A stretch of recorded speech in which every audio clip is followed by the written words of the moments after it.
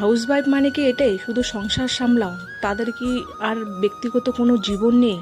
Hello বন্ধুরা, আমি রিঙ্কি। আমি এই ছোট্ট মিনি ব্লগটা করছি শিলিগুড়ির থেকে। তো চলো তোমাদের সাথে আজকে কিছু কথা শেয়ার করি। আচ্ছা, আমার মতন তোমরা কারা কারা হাউসওয়াইফ একটু কমেন্ট করে বলো তো। হাউসওয়াইফ মানে কি শুধু যে থালা বাসন মাজা, কাপড় কাচা, রান্না করা, সংসার সামলানো, এটাই কি হাউসওয়াইফের কি একটা কাজ?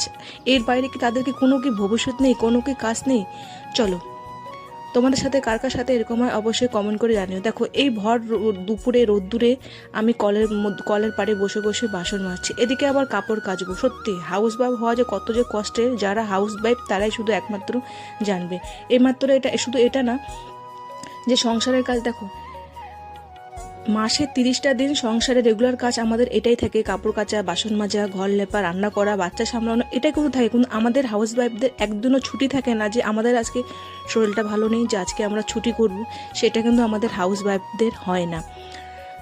আমাদের এই যে বছরে 365 দিনের মধ্যে আমাদের এই কাজটা প্রতিদিন, আমাদের রুটিনকে এই কাজটা থাকেই। এইসব কাজ করতে করতে সত্যি আর সংসারের কাজ ভালো লাগে না, মনে হয় যে কোথাও একটু যেয়ে ঘুরে আসি, কিন্তু না, সেটা নেই।